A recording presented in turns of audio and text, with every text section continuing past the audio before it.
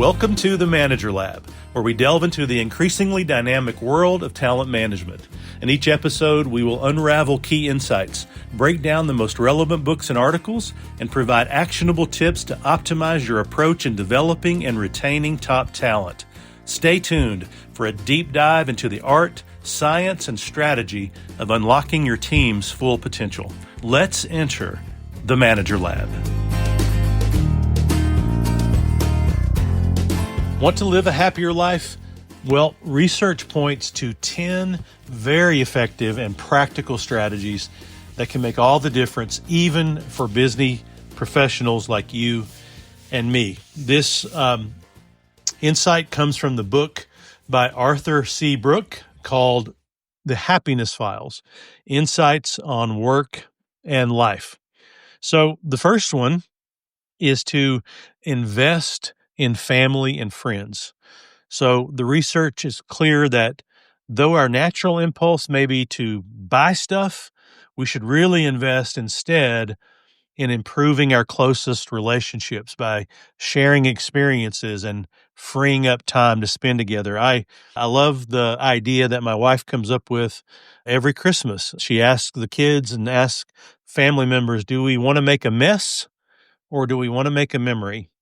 So making a mess is just buying a bunch of things that we probably don't need for each other and just, having all this wrapping paper around to have to throw away. Or do we want to invest in a trip, a cruise, just a get together where we're making more of a lasting memory? And more often than not, I'm proud of my kids. They typically choose making a memory.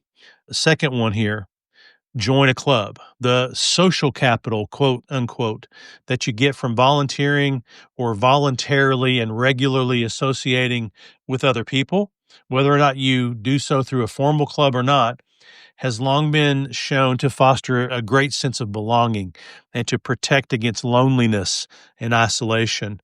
Now, I remember several years ago when I first got into my hobby, I collect modern strategic board games, just absolutely love board games.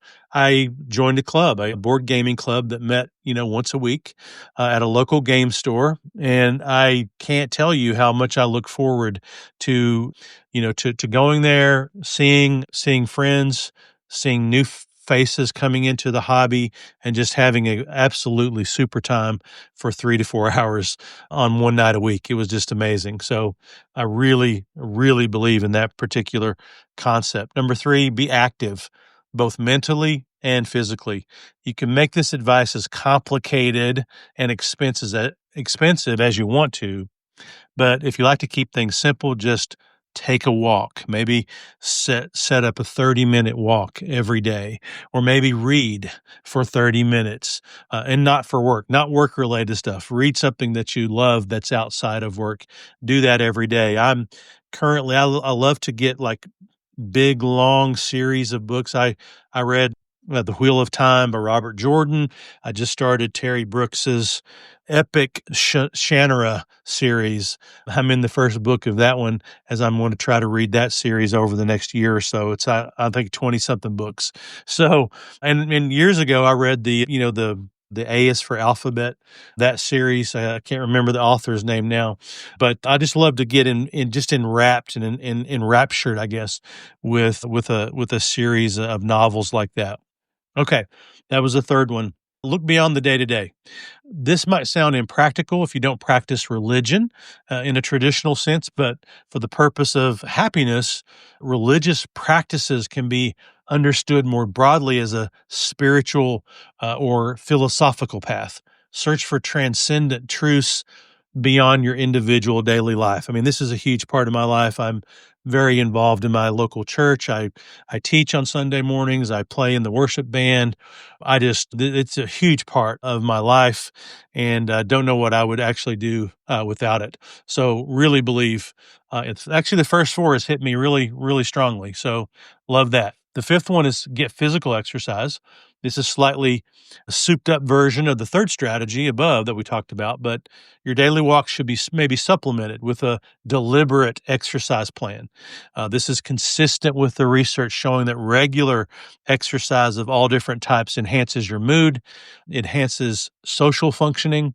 So, my strategy here is I walk 12,500 steps a day. That's my goal. I think in the last month I've hit right at 13,000 steps a day. So it's really helping me kind of keep my weight under control, losing a little bit of weight slowly over time.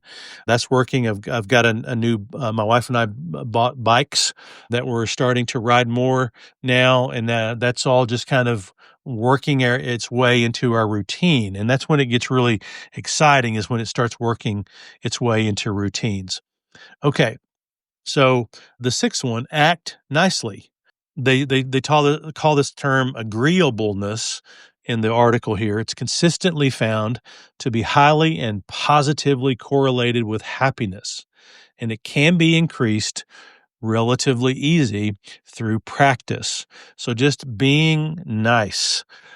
Sometimes I can maybe be too nice. I've gotten criticism sometimes from my work that I don't engage in conflict enough or at the right times, and I get that. I definitely am much more agreeable than I lean into conflict. I'm just not that type of person. I like collaboration. I like working with people. I like putting a positive spin on things instead of the negative spin. But I get it. Sometimes you have to do that, but I'm not great at it. The seventh one here is be generous. Behaving altruistically towards other people rewards the brain with happiness enhancing endorphins like dopamine and serotonin and oxytocin, all these hormones that tell us that, wow, this makes me feel really good, that I can do this by being generous. So writing a personal note to someone that you need to thank for something, or taking a meal to someone who's recently lost their spouse, giving to local charities that you believe in. Those are just hugely important things. Number 8, check your health. Of all health issues, those that create the greatest unhappiness are pain, chronic pain, and anxiety. So do not neglect your visits to the doctor. Do not neglect your visits to, having a regular dental appointment, seeking mental health assistance if your emotions are interfering with your work or interfering with relationships or social activities. This is also a place where having a best friend is also very helpful in terms of your mental health. Somebody that you can just talk to, you can vent to, you can say anything and there's no repercussions, right? Number 9, experiencing nature. Studies have shown that compared with urban walking in a woodland setting much more dramatically lowers stress, increases your mood, and enhances working memory. So I've got a little bit of an advantage. I actually live in the country. I live in a rural area. I live out on a farm. So I can look out my front window and see nothing but trees, no sign of civilization. And it's really helpful. I can take walks in my backyard without seeing another house. And I do that frequently. So that's very important to do that. My wife and I will go to a state park, or we'll go to a park here in our local area and just walk, and just experience nature. Last one, socialize with colleagues outside of work. So data has shown that work friendships increase employee engagement, which is associated with both happiness and productivity. So take time to build bonds with people that you work with, and you'll find that your workplace happiness and engagement goes up. Hope that helps. Again, those were tips adapted from The Happiness Files, Insights on Work and Life by Arthur C. Brooks. It's a brand new book out, and hope you enjoyed that book review. Until next time we meet in the Manager Lab, do good work.